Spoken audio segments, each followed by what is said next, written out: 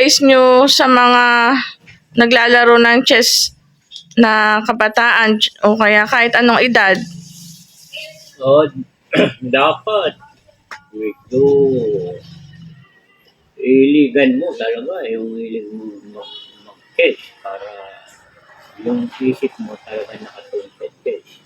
Hindi yung wala ka hilig sa chess. Dapat pag mag-aral ka mabuti sa chess, mabuti. Kailangan mahilig ka tapos Mahilig ka sa chess. kasi para madalas kang maglalaro, mahahasa yung isip mo. At saka syempre, may ano ka, potential. Karaniwan ng magaling sa chess, mahilig ba sa math?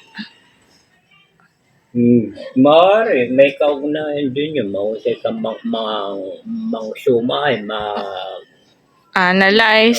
mahusay kang mag-solve. Ng problem. Problema. Kasi tinitingnan yung paano ka gagandaan tira dyan eh. Para kang nagsusolve ng math din dyan. Defense, offense din siya, parang basketball. Hindi lang pwede yung depensa, dapat atake pa. Pagka panikad dumidepensa, magigipit ka. Dapat atake, depensa yung tira mo. Hindi lang panay depensa, dapat nag-iisip pa rin ng atake.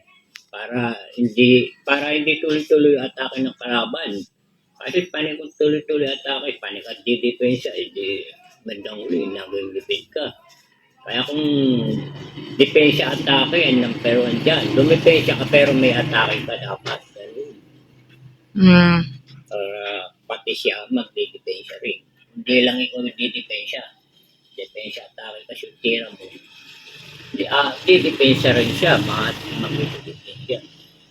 Kaya unahan magipit ka na eh. Pagka nakauna ka, nagipit mo yung kalaban, pagka sinabi nagipit mo, kahit man dihado na siya.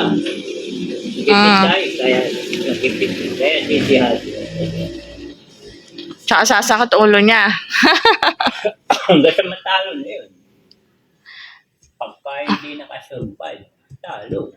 Nakakatulong din yung sa pagtanda nyo, yung ma-exercise yung pag-iisip nyo hindi kayo makakalimutin masyado.